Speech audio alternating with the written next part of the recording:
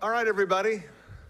Why don't we go ahead and get started? It's my pleasure to speak with you this afternoon about competition and monopoly. This super interesting and timely topic. Now, for several years at Mises University, the lecture on competition and monopoly and antitrust and regulation and so forth was given by my dear friend Walter Block. And Walter came of age in the 60s, and it was sort of a different era back then. In macroeconomics, the Keynesian model was dominant, and even the Chicago School was kind of considered a fringe movement.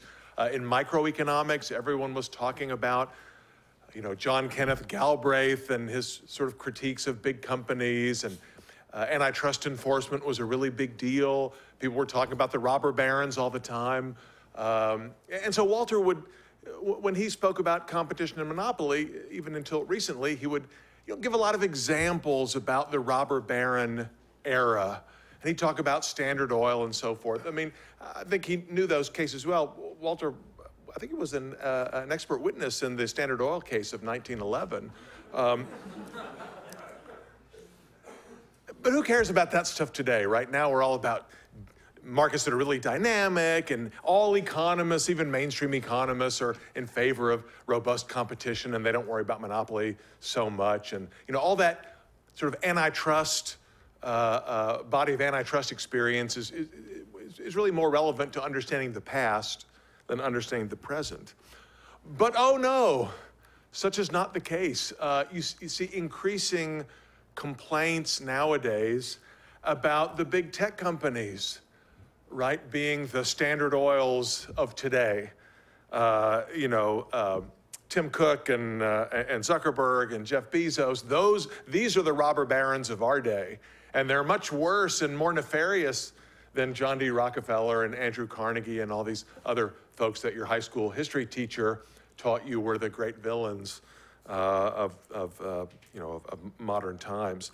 And in fact, the U.S. has not yet brought a major antitrust suit against Google or Apple or Facebook or Amazon for attempts to monopolize their respective markets, but it would not surprise me in the least if such a case were on the horizon. Some of you may recall or have read about 25 years ago, when Microsoft was considered to be the dominant player in tech, a company that could never be pushed from its perch as the most important IT firm because of its dominance of the desktop computer, or the operating system running the desktop computer. Those of you, millennials in the crowd might be thinking, what's a desktop computer, okay?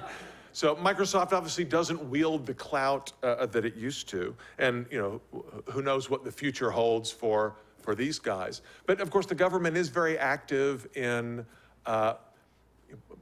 playing this role in sort of steering markets, especially in technology markets. One of the biggest cases in recent months was an attempt by the U.S. Justice Department, the Trump Justice Department, right, to block the merger of AT&T and Time Warner.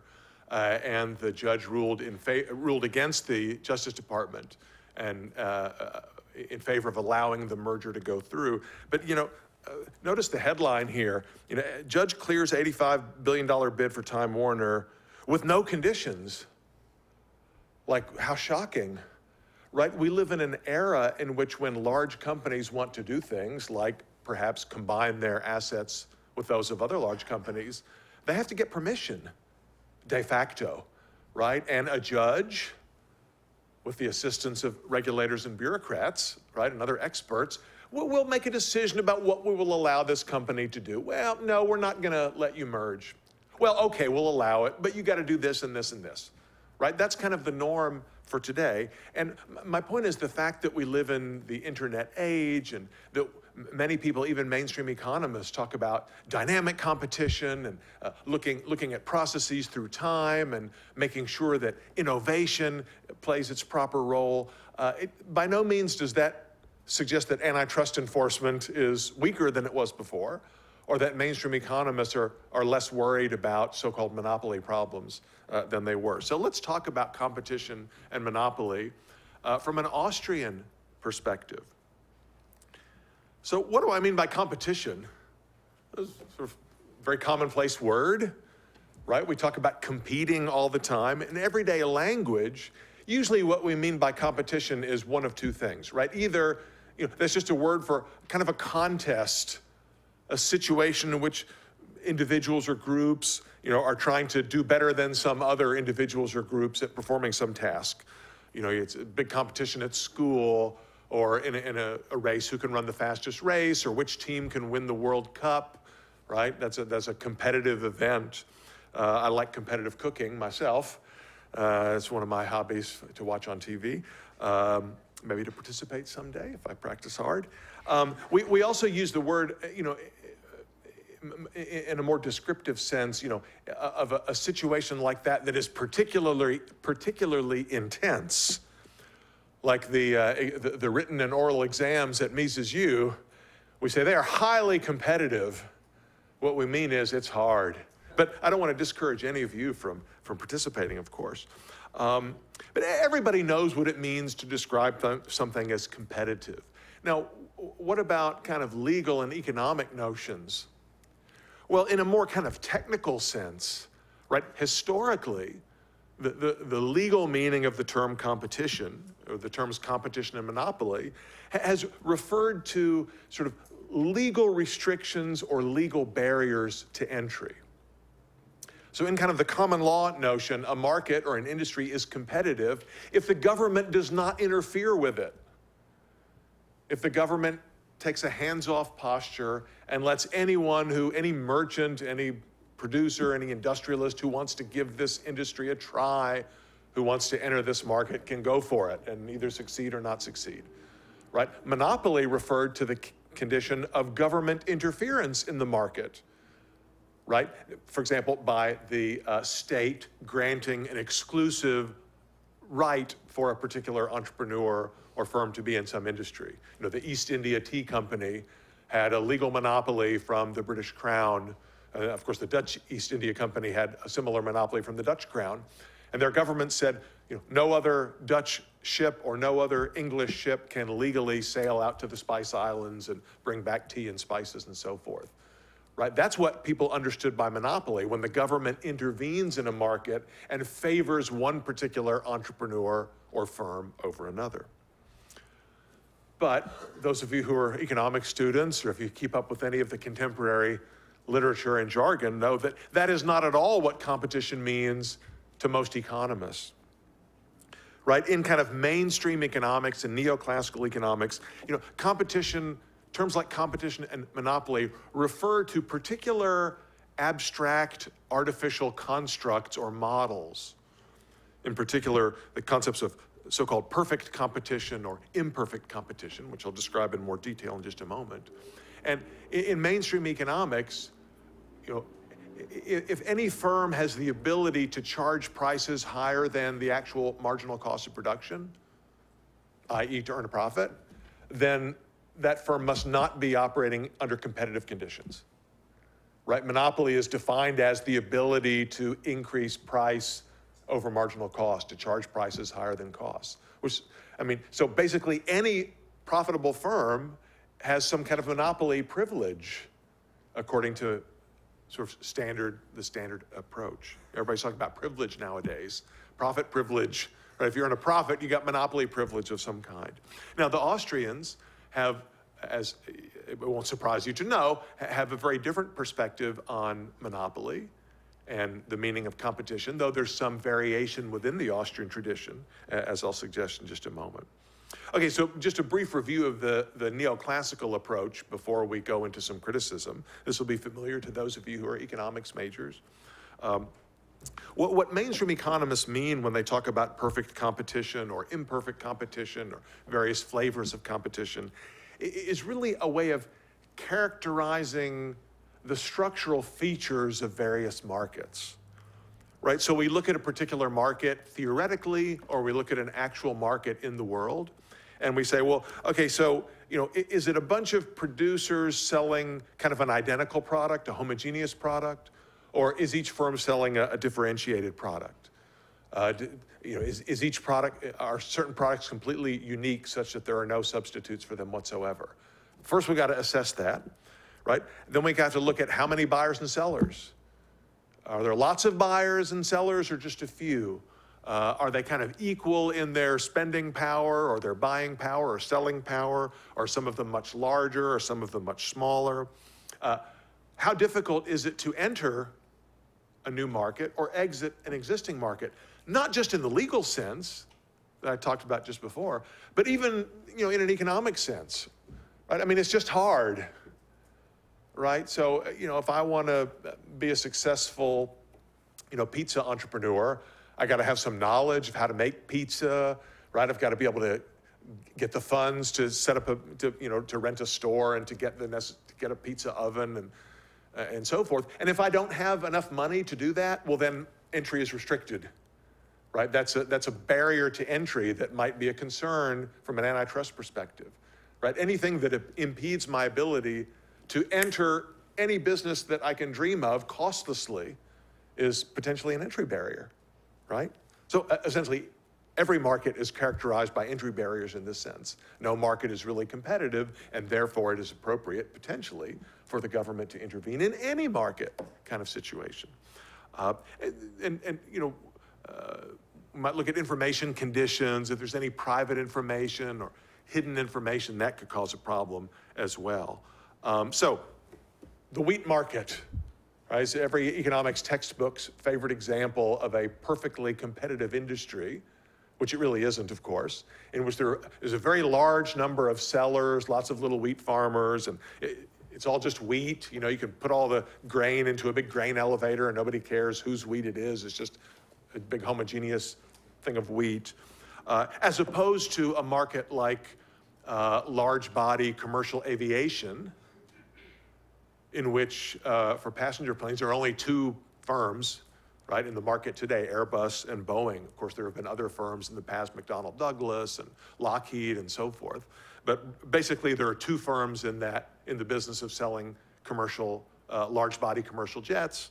And mainstream economists call that a duopoly, right? It's a market with just two firms. Or there may be cases where there's only one firm in the industry. If we define the industry as the search engine that everybody uses, right, then Google has a monopoly. So, well, I mean, yeah, technically there's like Bing, right? But when have you ever Binged something to get some information, right? So the point is, economists want to look at these different markets and say, okay, our first task is to say, well, is this market, is it close to the sort of theoretical notion of perfect competition? Is it close to pure monopoly? Is it more like a duopoly or an oligopoly with 3 or 4 or 5 firms? And then we decide what to do about it.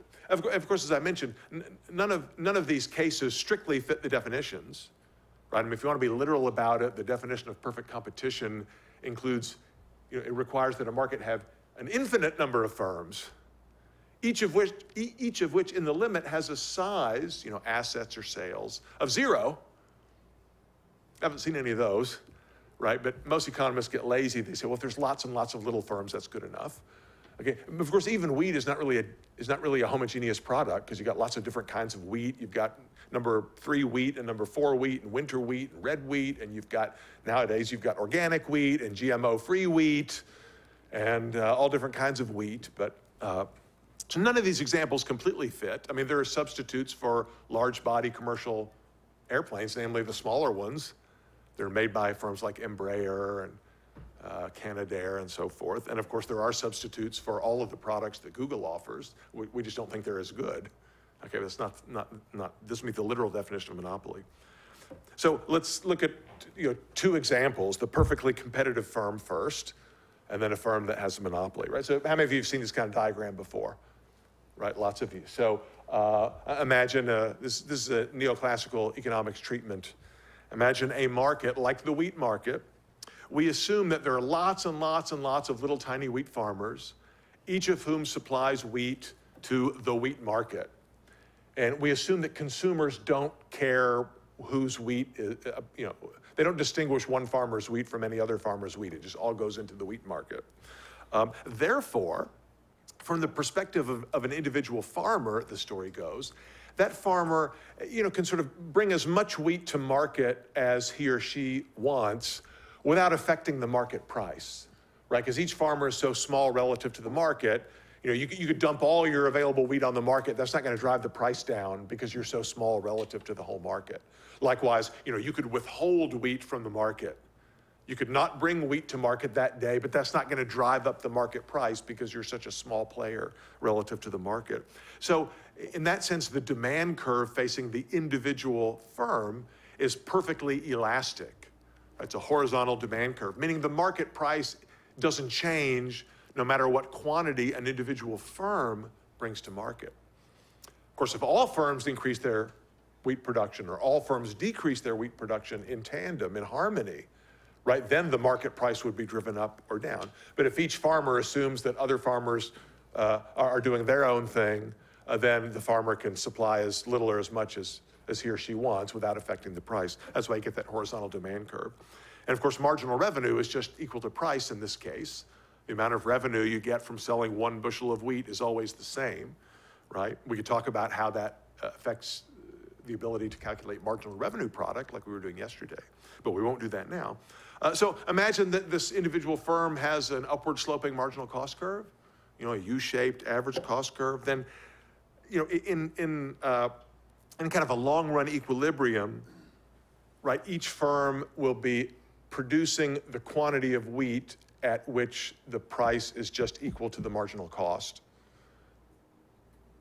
And if there's sort of entry and exit, the ability for different firms to enter and exit depending on market conditions, you kind of settle in this place where you get this long run competitive equilibrium in which that particular price quantity pair right here, right, is also at the minimum of the average cost of production. So you get two things here that are supposed to be, desirable from an efficiency standpoint. Right? All the time, both in the short run and the long run, firms are charging prices equal to marginal costs. So when consumers are deciding how much wheat they want to buy, or bakers are deciding how much wheat they want to buy as an input, right? They're making that choice using a number, the price, that also corresponds to sort of the opportunity cost to society of using a bushel of wheat. And therefore, you get this sort of perfect allocative efficiency. And in the long run, because if this price marginal cost point is above the average cost of production, firms will earn profits, other firms will enter, that'll drive down the market price. And if the price marginal cost pair lies below the average total cost curve, then firms will leave the industry and that will bring the price up. You get this kind of equilibration where in the long run, right, the price that each farmer charges is also exactly equal to the minimum of the average cost of production. It's like this is the cheapest possible way we could get wheat. Okay, so everybody's happy, except farmers, right? Because farmers don't earn any economic profit, right? Each farmer earns just enough to compensate him for not becoming a pizza entrepreneur or whatever his next best opportunity is. Okay, there's nothing left over, there's no residual, there's no economic profits. So your economics professor, unless you're lucky enough to have an Austrian professor, will say, look everybody, this is what a market ought to be from an individual producer's point of view. When we have a world like this, everything's great, everything's efficient. Unfortunately, because of these robber barons and other bad people, some markets are not like this. So we've got to do something to fix them to make them more like this, right? In many cases, your professor tells you, firms do not operate in a perfectly competitive environment. They hold something called market power, right? So a firm with market power is in an entirely different situation. What kind of a firm is this? Well, market power exists and sort of is defined by the condition where the firm faces a downward sloping demand curve for its product. Okay? I want people to buy more of my pizza, I've got to charge a lower price per pizza. Right? I mean, we assume that demand curves are downward sloping in markets.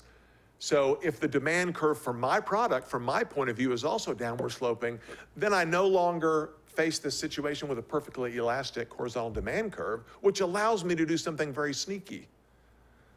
Right? So right, as you know, those of you who've studied this, when the demand curve is downward sloping, right, that's price as a function of quantity. then the amount received on the margin from selling one more unit, i.e. the marginal revenue, is not exactly in the same place. The marginal revenue curve does not coincide with the demand curve, right? It's more steeply sloped than the demand curve, and it lies below the demand curve. So that green line represents the marginal revenue from selling 1, 2, 3, 4, 5 units. And the point is marginal revenue decreases more quickly than price. But because, to sell more units on the market, you have to lower the price, not just for the last unit sold, but for all of the units that you sell, all the ones that came before it. So on the margin, you're actually adding even less to your revenue than the price. Well, who cares? What's the point?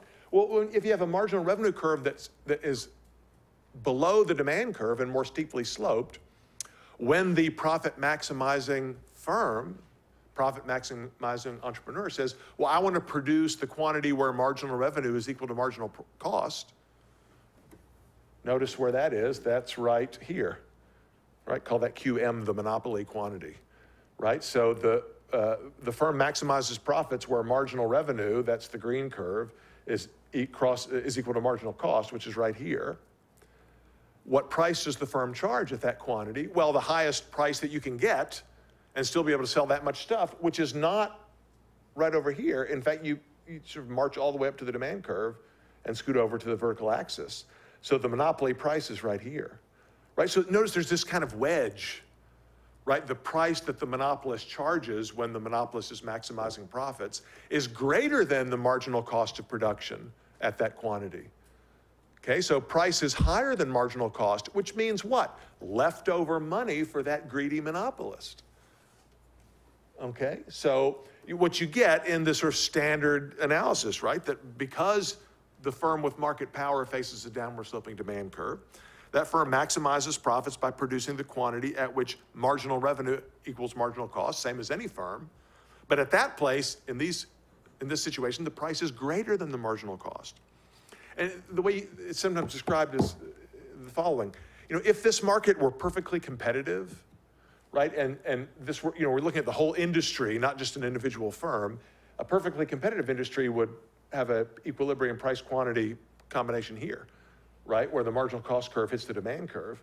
So this is how much output would be produced if this were a perfectly competitive market with lots of firms. But because it's only one firm, the firm decides to produce less. The firm deliberately restricts quantity relative to the perfectly competitive amount in order to ride up that demand curve and jack up the price from PC to PM, thus earning profits, thus lining the monopolist's pockets with ill-gotten gains. Okay, that's the standard story. They don't usually make it as dramatic as that, but that's a bad outcome, right? Because it means profits for the firm and less well-being or surplus for consumers. And there's also this little yellow piece, so-called deadweight loss, which nobody gets, subject for another day. But the point is, in sort of this kind of standard approach, you start by describing a kind of a market that could never exist, define that as the ideal from a welfare or efficiency point of view, and then use that to show that all actually existing markets are inefficient, do not maximize social welfare, and therefore there's some case to be made for fixing this somehow. What can we do to make this market more like the previous one? Well, we could say, oh, there's just one firm in the market? That's bad. Let's make it 2 or 5 or 10 or 100 firms. How do we do that? Well, we file an antitrust suit and force the firm to be broken up into little tiny firms. Or maybe we just leave the firm as it is, but we regulate the price. We allow you to exist as one firm, but we command that you charge this price instead of this price. Okay, public utilities fit in that example of that kind of scenario. Now, I'm being a little bit, I guess not exactly facetious, but I'm kind of overstating the case. Most mainstream economists, most neoclassical economists, if you press them on these points, will say, well, yeah, it's really not that simple. In fact, there are some problems with this approach to monopoly, the standard approach to monopoly. For example, point of view famously associated with Joseph Schumpeter over here with the flower, who's kind of a dandy. Schumpeter said, look, yeah, I mean, profits are, monopoly is bad in the standard way. It means more money for the firm and less well-being for the consumer. And You can have dead weight losses, but that's kind of the price we have to pay as a society to get innovation, because Schumpeter thought that innovations primarily come from large firms, and large firms need a budget. You know, they need an R&D budget to be able to do experiments and improve products and so forth. So if in a perfectly competitive world, we would never get any improvement because firms don't have any money left over for research. So we have to allow some monopoly because that gives us more economic growth in the long run. Other sort of sophisticated thinkers like Harold Demsetz, who's I would describe as a kind of Chicago-style neoclassical economist, but a very thoughtful one, says, look, how do you know that monopoly exists? Well, simply looking at market shares, as people often do, is not a good indicator, right? And of course, we all know this. It's not the case that Google, somehow mysteriously dominates the search market and uses that to screw us over somehow. Right? I'm still waiting to find out how they're screwing us over by offering us free search results and maps and mail and all the other stuff they offer. In fact, Demsetz points out, why do firms like Google have such a large market share? Well, because they're better. I mean, they offer products and services that people prefer to other products and services.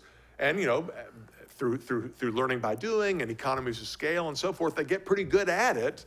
Yeah, it's hard for someone else to compete with Google in the search business, but that's not because Google did anything inappropriate. Google just offered a better product than those of its rivals. Okay, so why would we want to penalize firms for being good at what they do? Because being good at what you do tends to lead to growth. People want to buy your product, they pay you a lot of money, your competitors go bankrupt, you sit on a big cash hoard, you use it to expand and so forth. What else are you supposed to do? Just quit and go home? It's also the very interesting literature that from the late 70s, early 80s by people like William Baumol, late William Baumol, on what they called contestable markets or contestability. The idea that even in markets that are not perfectly competitive, that have just a handful of firms in them, may still look a lot like competitive industries in the standard sense, if there is the potential for other firms to enter. Right, so even if I'm the only pizza vendor in town, I'm not gonna jack my prices way up above marginal cost, because if I did so, then somebody else would just set up a pizza shop across the street. It's not very hard to do, and then I would lose money. I don't want to deal with that. So just the threat of potentially having to compete with some rival might discipline my behavior as an incumbent, even if that rival is not currently in the market. Okay, so what can we say about this from sort of an Austrian point of view? Well, let's start kind of with sort of first principles, right? Remember, Austrian economics is not, Austrians don't attempt to describe phenomena using abstract mathematical models, but rather try to trace out cause and effect in a realistic fashion, hence causal realist economics, looking at the actual choices made by real persons and theorizing about real human action. And of course, real human action does not exist in terms of infinite quantities and infinitely small firms and perfectly smooth and continuous curves, right? So think about it this way. I mean, each seller, no matter how small, contributes a discrete quantity to the market. So, I mean, conceptually, it doesn't make sense to say that for any demand curve really to be perfectly elastic. I mean, you know what that means mathematically, a perfectly straight line, right? I mean, even a very small wheat farmer is adding some quantity to the wheat market. Now, you might say, well, it's only, 100 bushels, and the wheat market has millions and millions of bushels. Okay, well, then that action would have a very small effect on price. And depending on how prices are quoted, right, if they're quoted in certain increments, that may not be enough of an increase in quantity to bump the price needle, down to the next lowest increment. But it doesn't follow, that's not the same thing as saying that the firm faces a perfectly elastic demand curve. There's no infinitesimally small units. So basically all firms, no matter how large or small, no matter how many competitors they have, face the same kind of situation, right? We discussed this in my entrepreneurship talk yesterday. All entrepreneurs are trying to earn profits, right, by seeking combinations of resources that will yield what they expect to be revenues greater than their costs. They're doing so under uncertainty, right? Whether you're the only firm currently offering a particular product, or whether there are many firms offering that same product, whether there are lots of entrepreneurs trying to get those same inputs or just a few, from a subjective perspective, the problem facing the entrepreneur is exactly the same, right? And there's a lot of technical knowledge and technical differences and so forth, but from a praxeological point of view, there's no difference between a competitive firm and a monopolized firm in terms of the objective of the entrepreneur and the means the entrepreneur uses to try to achieve that objective. But we can think about some more specific issues. I mean, one is the following. Requiring firms to increase their output beyond what the entrepreneur considers to be the profit maximizing quantity, right? The entrepreneur's desired quantity, in a sense, is a violation of the entrepreneur owner's rights. Okay, this is easy to see with certain kinds of examples. Apparently, from what I read, in 2017, the highest paid actor, the highest paid Hollywood celebrity is Mark Wahlberg. I was surprised. I thought it would be Tom Cruise maybe, but Tom Cruise is only like 15th. Okay, so Mark Wahlberg is currently the highest paid actor in Hollywood. He's in a lot of movies, right? Some of them are good, some of them are not so good. But you could say, well, look, there's only one Mark Wahlberg. I mean, there are some substitutes, but they're not perfect substitutes, right?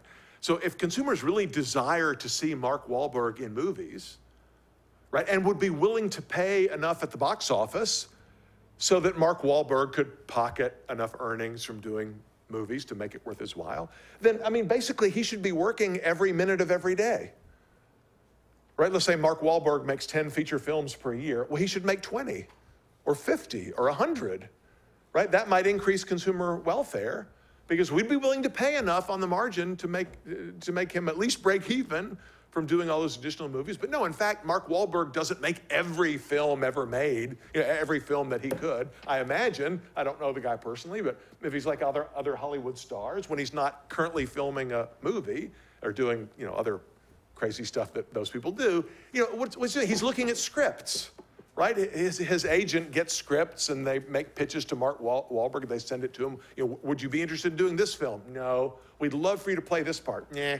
I mean, he's selective. He chooses what parts he wants to play, because if he's in every single movie and every single TV show and every single commercial, then we're going to get, Wahlberg fatigue, and that's probably going to lower his value on the market, right? So each of us make ourselves, our labor available on the market in the way that we see as appropriate, and it wouldn't make sense to say, oh, you have to work more hours because consumers want to see you more. Okay, well, sorry. The world wants to hear me lecture every day, but I need breaks. I don't want to. And it would be weird to sort of force me to give another lecture.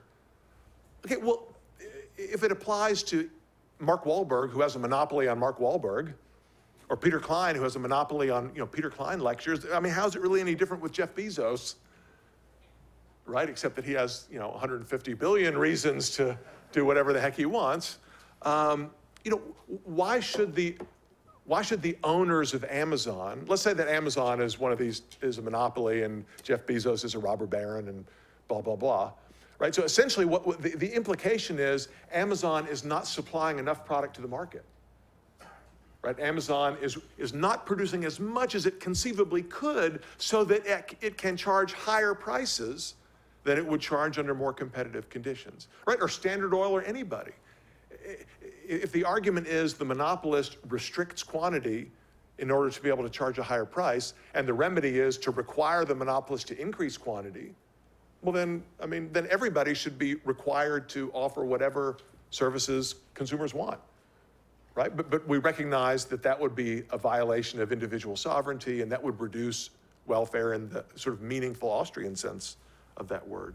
There's a lot of other problems too. I mean, where does elasticity of demand come from, right? Some entrepreneurs face a more elastic or less elastic demand for their product. Well, remember, elasticity is not something given by nature. And elasticity is not something that the entrepreneur, sort of creates. No, elasticity reflects people's willingness to pay certain prices for certain quantities of the good. Elasticity comes from the consumer, right? Elasticity of demand reflects consumer preferences. So if you say, well, Google has too much market power because none of the other search engines are as good, and therefore Google sort of forces people to use Google search, and therefore it can force you to watch a bunch of ads, see a bunch of ads you don't really want to see, and it can steal all your information, et cetera. I'm going to talk about that later in the week. A lecture on the economics of data privacy. But I mean, look, nobody forces you to use Google. Nobody forces you to use Amazon or Netflix or whatever. Nobody forced anyone to purchase the products of Standard Oil or Carnegie Steel, right? If in fact those firms face an inelastic demand for their product or a less than perfectly elastic demand, thus allowing them to earn monopoly profits, what of it, right? That's a reflection of subjective consumer preferences. We choose, you say, oh, well, there's no good substitute for Google. Well, that's because that's in our minds. We have decided we like Google better. It's not like some engineering thing, because yeah, I mean, Bing is kind of the same thing as Google. We just don't like it as much. Okay, so what makes one product a substitute for another product, and therefore the number of substitutes available for a given product in determining whether or not it has a monopoly, quote unquote, exists in the minds of consumers. It's not given by engineers or given by nature, okay? So what about monopoly in the common law meaning, right? So as you may know, in Murray Rothbard's writing, he adopted this kind of common law notion of monopoly and said, look, if we go back to that common law definition, we can analyze monopoly in terms of government privilege, right? A firm has monopoly power if the government somehow restricts other firms or other entrepreneurs from competing with the favored entrepreneur, the favored firm. The judge last night talked about the Lysander Spooner post office case. I don't know if you guys knew about that case, but Spooner argued, I think it was about 1844, he argued that, well, the Constitution does give the federal government in the US the authority to operate a post office, but it does not give the post office a monopoly. There's nothing in the Constitution about limiting competition to the post office, so he opened up his own post office.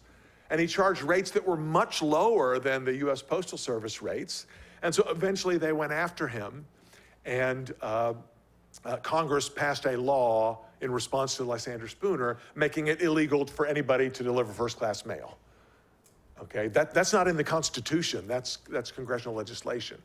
Okay, so the US Postal Service and the post office in most countries has a monopoly in the common law sense because it's illegal for anybody else to compete with it.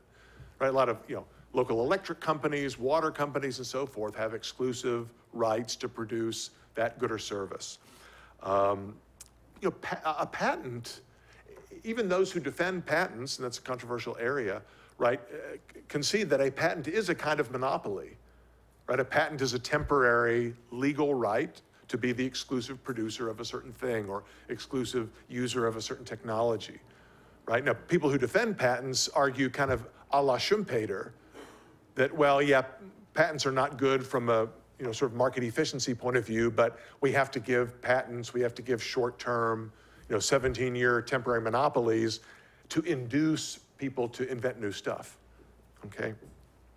Tariffs and quotas can be sources of monopoly privilege as well, right? I mean, it's currently not illegal for Chinese steel makers to sell their steel in the United States, but Trump has made it a lot more costly for them to do so.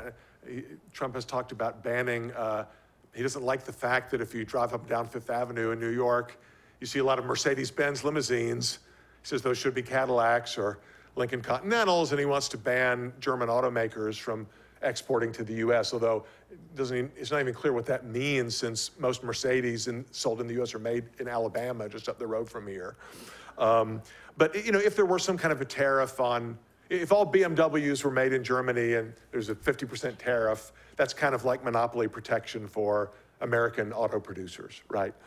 Now, there are some less obvious sources of monopoly privilege, certain kinds of regulation, and even tax policy. So you could argue that progressive taxation, right, which limits capital accumulation, is a kind of, provides a kind of privilege for people who already have a lot of capital, right? It's hard for me to amass a fortune to compete with Jeff Bezos or whatever, he's already got a fortune, right? So he might be in favor of high progressive taxation because it makes it harder for somebody else to be the next Jeff Bezos, okay? A lot of environmental and labor rules, right? Say, well, we just want to protect workers. We want to make sure that firms protect the environment.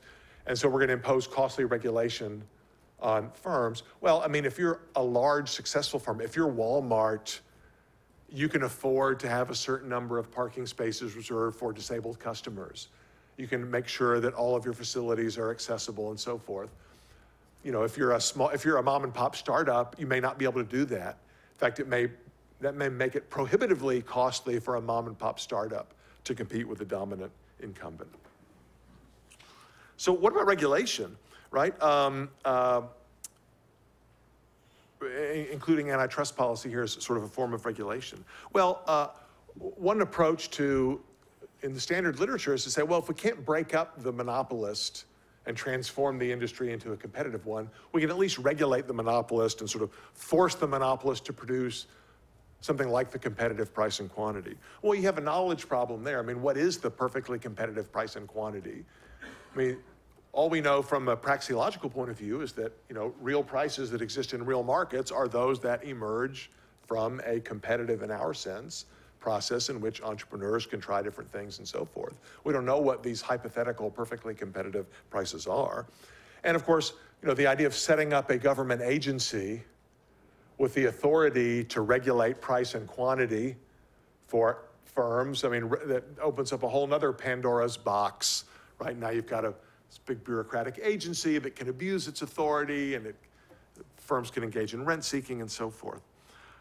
So if you think that regulation is too difficult, you might prefer to just split firms up using antitrust judgments or make it illegal for them to grow or to merge or whatever. So there's a lot of sort of the key pieces of legislation in the US are the Sherman Act from 1890, which prohibits what they called restraints on trade. The Clayton Act, which outlaws charging different prices to different customers or making a customer buy one thing if they want as a package if they want to buy something else. The Robinson-Patman Act, which outlaws so-called predatory pricing. Other countries, you know, the EU has competition policy. Of course, it's newer. These laws come from the 60s when the European Commission was you know, becoming established, but they essentially impose the same kinds of restrictions on firms as antitrust laws in the US. Same thing in many other countries. Well, you can imagine there are a whole host of problems with using antitrust action to deal with so-called monopolies. So one problem is, you know, well, what's the relevant market? So, you know, again, people say, well, Google has a monopoly on search. It's a very common statement. Okay, well, I mean, as we've already pointed out, I mean, it doesn't technically have a monopoly on searching on the internet because there are other search engines. You know, if you really are concerned with consumer privacy, there's like DuckDuckGo, and there's other search engines that supposedly don't track you and so forth. There's a lot of search engines. Now, are they as good as Google? Well, I mean, I don't know. That's not something a court can easily determine, right? But clearly there exist other search engines. In fact, I mean, there are other ways to get information too. Oh, I want to eat pizza at some place downtown. What time do they close? Google. Well, guess what? For the younger people in the room, there was a day when we didn't have these things. And if you wanted to find out when the restaurant closed, you would like call on a traditional phone and say, hey, what time do you close? He's like, oh, how'd you get their phone number? Well, we had these big, thick books called telephone directories, right? You just go look up the name of the pizza parlor, look up the number, call. Okay, yeah, that's not, I prefer doing it this way. I prefer Googling it. But that doesn't mean there aren't other ways to get information besides Google. So what counts? There's a famous antitrust case in the US, the 1960s, called the brown shoe case. That's an old brown shoe advertisement, where the court said, well, basically the relevant market for determining monopolistic practices is, you know, whatever affects people's behavior in any market. In other words, the defense, Brown Shoe is arguing that they sell their products on a national market, right? And so and they were competing with all the other firms that sell in national markets. But the Justice Department said, no, the relevant market is each individual town. So if you have 50% of the market share in one particular town, then you have monopoly power, even if you only have 5% of the national market. So, I mean, it's sort of an arbitrary decision on the part of the court as to what is a relevant geographic market. There's a lot of issues that this sort of approach is way too static, doesn't take into account what the future of the market might be. There's all kinds of problems with letting firms, with antitrust policy, your competitors can complain to the government that you're a monopolist and urge the government to file a lawsuit against you. In fact, private parties in the US can actually file antitrust complaints against their rivals, their competitors. There's obvious potential for abuse in that case. Antitrust cases take a long time to resolve. There's a famous example in the 1960s and 70s, the US claimed that IBM was a monopolist. And there's this lengthy antitrust trial that went on for more than a decade. And by the end of the trial, the market that IBM was alleged to have monopolized, namely the mainframe computer market, it pretty much disappeared. So they just dropped the case because there was no longer anything to talk about. But from a kind of a philosophical point of view, big problem with antitrust law is that it's all kind of what the jurists call ex post facto rules. Meaning there's no way to know ex ante if a given behavior is or is not a violation of the antitrust law. You only find out ex post based on whether you win or lose the antitrust case. Right? I mean, it's not like a tort. It's not like punching somebody in the face. Well, yeah, maybe I'll be able to get away with it. But at least in principle, I know punching somebody in the face is not legal. But, I sell pizzas for 10 bucks a pizza. I want to charge 11 bucks a pizza. Is that legal? There's no way to know. I mean, that could be an antitrust violation. There's no way to find out until you try it and get sued by the Justice Department. There's a great book that you got to look at by, I think we have it downstairs.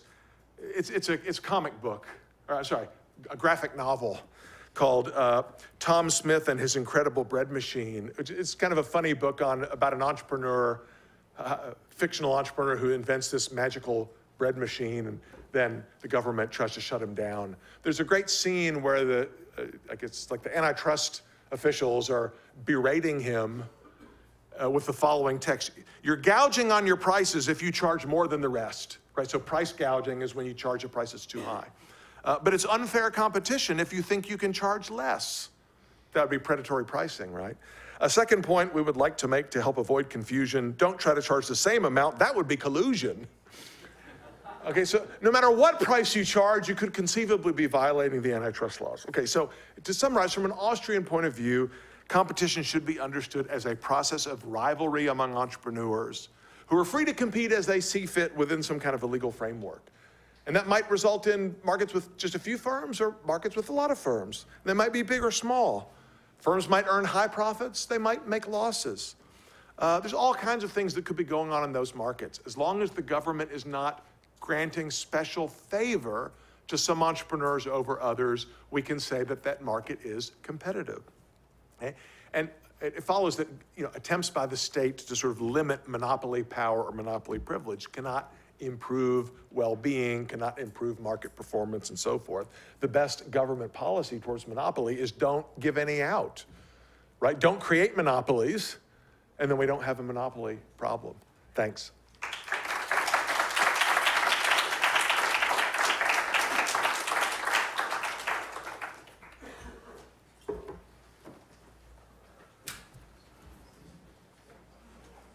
So I guess do we have off? No, we have one more slot before office hours, right?